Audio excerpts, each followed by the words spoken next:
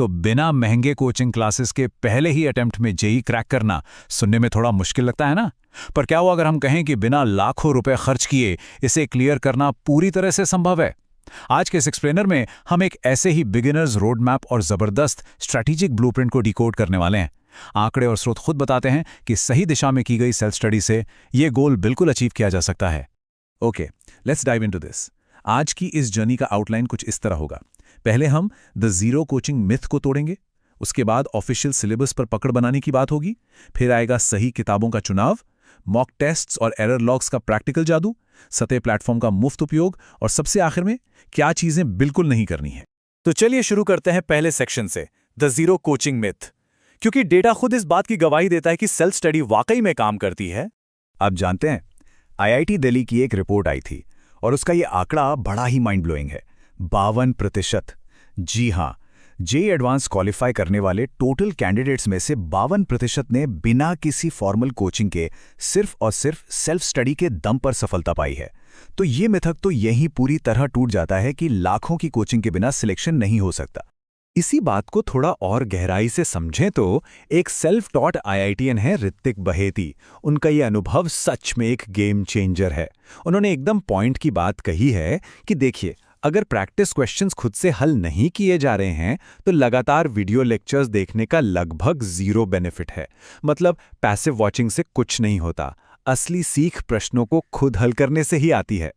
अब आते हैं अपने दूसरे सेक्शन पर, mastering the official syllabus. NTA की गाइडलाइंस के साथ अपनी पढ़ाई को अलाइन करना एक मजबूत नींव रखने जैसा है। देखिए, पढ़ाई कभी भी किसी रैंडम कोचिंग ट्रेंड या अंदाजे पर नहीं होनी चाहिए। अपना स्टेप 1 एकदम क्लियर है, सीधा एनटीए का ऑफिशियल सिलेबस डाउनलोड कीजिए। सिलेबस के बाहर के विषयों पर अपना कीमती टाइम वेस्ट करना एक ऐसी आम गलती है जिससे पूरी तरह बचना चाहिए। हर जरूरी टॉपिक वहां ऑफिशियली मेंशन्ड होता है। तो ये टारगेटेड स्टडी आखिर दिखती कैसी है, ये हाल ही के एग्जाम डेटा से बहुत अच्छी तरह समझ आता है। यहां ध्यान दीजिए, फिजिक्स में ज्योमेट्रिकल ऑप्टिक्स का वेटेज 7.37% है, केटीजी और थर्मोडायनामिक्स लगभग 6.53% और मॉडर्न फिजिक्स 1 5.68%। इस डेटा का उपयोग करके बिना इधर उधर भटके उन टॉपिक्स पर ध्यान लगाया जा सकता है जिनका वेटेज सबसे ज्यादा है। और हाँ, जब फाउंडेशनल कॉन्सेप्ट्स की बात आती है तो एनसीईआरटी की किताबें जेईई प्रिपरेशन की बाइबल से कम नहीं है।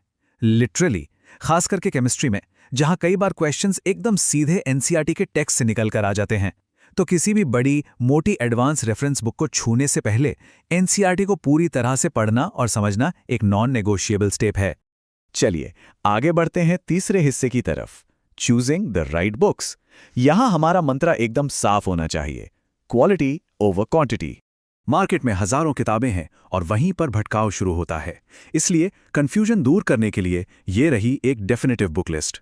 फिजिक्स के लिए द लेजेंडरी एच.सी. वर्मा की कॉन्सेप्ट्स ऑफ फिजिक्स, मैथमेटिक्स के लिए आर.डी. शर्मा और केमिस्ट्री के लिए प्राइमरी सोर्स है एनसीईआरटी। ये डेफिनेटिव लिस्ट शुरुआती दौर के सारे कंफ्यूजन को दूर कर देती है। बस इन्हीं पर ध्यान केंद्रित करना है। ऑलराइट, अब इस ब्लूप्रिंट के चौथे और सबसे प्रैक्टिकल हिस्से में प्रवेश करते हैं, mock tests and error logs. ये तैयारी का असली मैदान जंग है। एक highly effective mock test protocol in 3 steps में काम करता है। पहला, बिल्कुल असली एग्जाम जैसी स्थिति बनाना, बिना किसी डिस्ट्रैक्शन के पूरे 3 घंटे का टेस्ट। दूसरा, टेस्ट के बाद अपने एरर्स का एक सिस्टमैटिक एनालिसिस करना। और तीसरा, उन गलतियों को ठीक करने के लिए एकदम टारगेटेड रिवीजन प्लान तैयार करना। ये कदम किसी भी एब्स्ट्रैक्ट एडवाइस को कॉन्क्रीट एक्शन में बदल देते हैं। अब जो एरर लॉग बनता है ना, उसके पीछे एक प्रॉपर साइंस है। सिर्फ टोटल स्कोर देख लेना काफ़ी नहीं होता, गलतियों को एक्चुअली कैटेगराइज करना पड़ता है, कॉन्सेप्ट एरर्स, कैलकुलेशन एरर्स और टाइम इश्यूज में।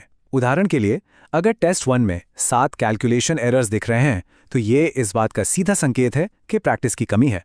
ये विजुअल लॉग सीधा कोर्स करेक्शन करवाता है। 5वां सेक्शन, लेवरेजिंग साथे फॉर फ्री। जो विद्यार्थी सेल्फ स्टडी कर रहे हैं उनके लिए ये महंगे कोचिंग का एक बेहद हाई क्वालिटी और मुफ्त विकल्प है। साथ ही जो दरअसल मिनिस्ट्री ऑफ एजुकेशन और आईआईटी कानपुर का एक इनिशिएटिव है, अपने साथ कमाल के फीचर्स लाता है। इसमें आपको आईआईटी स्टूडेंट्स के खुद के लाइव मैथ्स और साइंस लेक्चर्स मिलते हैं। साथ ही free 45 day crash courses, daily doubt clearing forums और एनसीईआरटी तथा एग्जाम्पलर के वीडियो सॉल्यूशंस भी अवेलेबल हैं। अगर कोई बड़ा कंसेप्चुअल डाउट आपका रास्ता रोके तो ये प्लेटफॉर्म एक मुफ्त सपोर्ट सिस्टम की तरह तैयार खड़ा है। और अब इस विश्लेषण के आखिरी और सबसे अहम हिस्से की तरफ बढ़ते हैं, छठा, व्हाट नॉट टू डू, यानी उन टॉक्सिक आदतों से कैसे बचें जो पढ़ाई के पूरे प्लान को बिगाड़ सकती हैं। क्या आप भी किताबों का पहाड़ इकट्ठा कर रहे हैं? ठहर जाइए, रिसोर्स होर्डिंग सबसे बड़ी गलती साबित हो सकती है। मल्टीपल सोर्सेज और ढेर सारी किताबों के बीच भटकने से दिमाग में सिर्फ और सिर्फ कंसेप्चुअल गैप्स बनते हैं। 10 किताबों को एक बार पढ़ने से कहीं ज्यादा बेटर यह है कि 1 या 2 स्टैंडर्ड किताबों को मास्टर किया जाए। ध्यान दीजिए, एक फेलिंग स्ट्रैटेजी और विनिंग स्ट्रैटेजी के बीच का अंतर शीशे की तरह साफ है। एक तरफ है फेलिंग स्ट्रैटेजी, जहां बिना प्लान किए रैंडम पढ़ाई हो रही है, बिना सोए 14 घंटे बिताए जा रहे हैं और 10 अलग किताबें खुली हैं। दूसरी तरफ विनिंग स्ट्रैटेजी कहती है कि ऑफिशियल सिलेबस को ट्रैक करें, दिमाग को चार्ज रखने के लिए पूरी 8 घंटे की नींद लें और सिर्फ 2 सटीक किताबों को कंप्लीटली मास्टर करें। बर्नआउट किसी सफलता की चाबी नहीं है। इसलिए आखिर में इस एक्सप्लेनर को एक सवाल के साथ खत्म करते हैं। क्या अब वक्त नहीं आ गया है कि उस घबराहट भरी पढ़ाई को छोड़कर आज ही से इस स्ट्रैटेजिक और फोकस्ड ब्लूप्रिंट को एग्जीक्यूट किया जाए?